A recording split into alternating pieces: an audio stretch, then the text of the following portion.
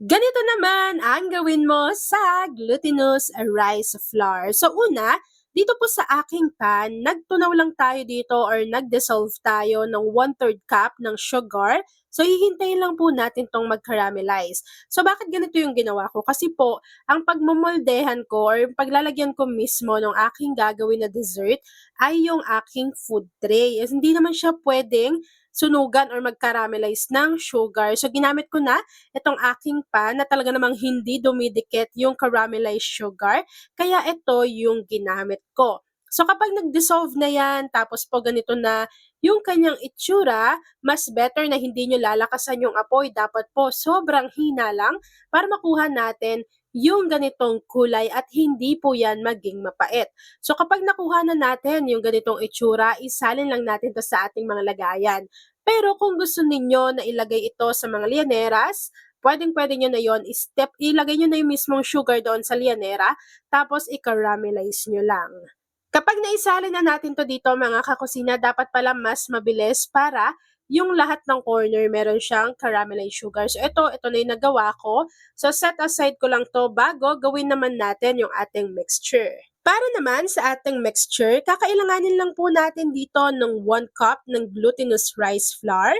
Take note na hindi pa nakabukas yung apoy sa ating kalan. Bago, ilalagay na rin natin dito yung isang sachet or 24 grams ng Menu Magic Leche Flan Jelly Mix. Kapag napagsama na natin yung dry ingredients, haluin lang po natin ito hanggang sa mag-combine.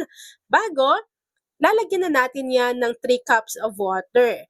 Kung medyo nakakaluwag-luwag ka, pwedeng evaporated milk na yung ilagay mo para mas masarap. So kapag nailagay na natin yung 3 cups of water, haluin lang po natin ito ng maigi at maglalagay na rin tayo dito ng 1 cup ng evaporated milk, 1 cup ng condensed milk.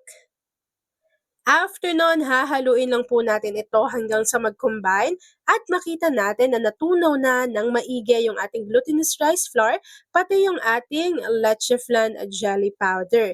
After po nun, naglagay lang din ako dito ng konting vanilla essence at hinalo ko po ulit ito ng maigi. Kapag nahalo na po natin ito ng maigi, pwede na po natin buksan yung ating apoy sa ating kalan over medium to low heat and then lulutuin lang po natin ito hanggang sa makita natin na kumulo na at makuha na natin yung tamang consistency. So habang hinahalo natin yan, please don't forget to like and follow yung ating Facebook page, Kusina ni Angel. Kung meron ka ring Instagram, paki-follow na rin ako doon, Kusina ni Angel. At kung gusto mo matuto pa ng iba pang mga recipes o kaya naman gusto mo mag-share ng mga niluluto mo everyday, pwedeng-pwede kang sumali sa ating Facebook group. Andyan lang po yan sa ating Facebook page. At ayun na nga mga kakusina, kapag medyo kumakapal na yung consistency ng ating mixture, kapag ganito na po yung kanyang itsura, pwede na po natin to direct isalin agad-agad doon sa sinet aside natin na lagayan na merong caramelized sugar. So kapag naisalin na natin to, hihintayin na lang po natin tong mag-set, mag-firm bago ipapakita ko na sa inyo kung ano yung natapos nating easy dessert recipe. At ayun na nga mga kakusina, once na nag-set na, makikita ninyo na parang yung sugar natin dyan ay natunaw na siya. So magkakaroon na yan ng liquid. So ita-transfer ko lang to sa aking lagayan. Tapos po, hiniwa ko lang yan ng pa-square. Ayan, para maganda rin sa picture, diba? Tapos hindi rin siya nakakaumay kapag ka maliliit lang. So this time, pwede na po natin i-enjoy ang ating dessert recipe na glutinous leche flan. Kung nagustuhan mo yung ating video, please like and share this video. At kung hindi ka pa nakakapag-subscribe sa ating YouTube channel na Kusina ni Angel, please click subscribe button. Click mo na yung notification bell, click all para lagi kang updated sa bawat ina-upload kong mga videos. Yan lang mga kakusina, pa-share ng ating videos at mag-comment ka na rin dyan sa ating comment box section ng Hi Ate Angel. Yan lang mga kakusina. Thanks for watching and enjoy this video.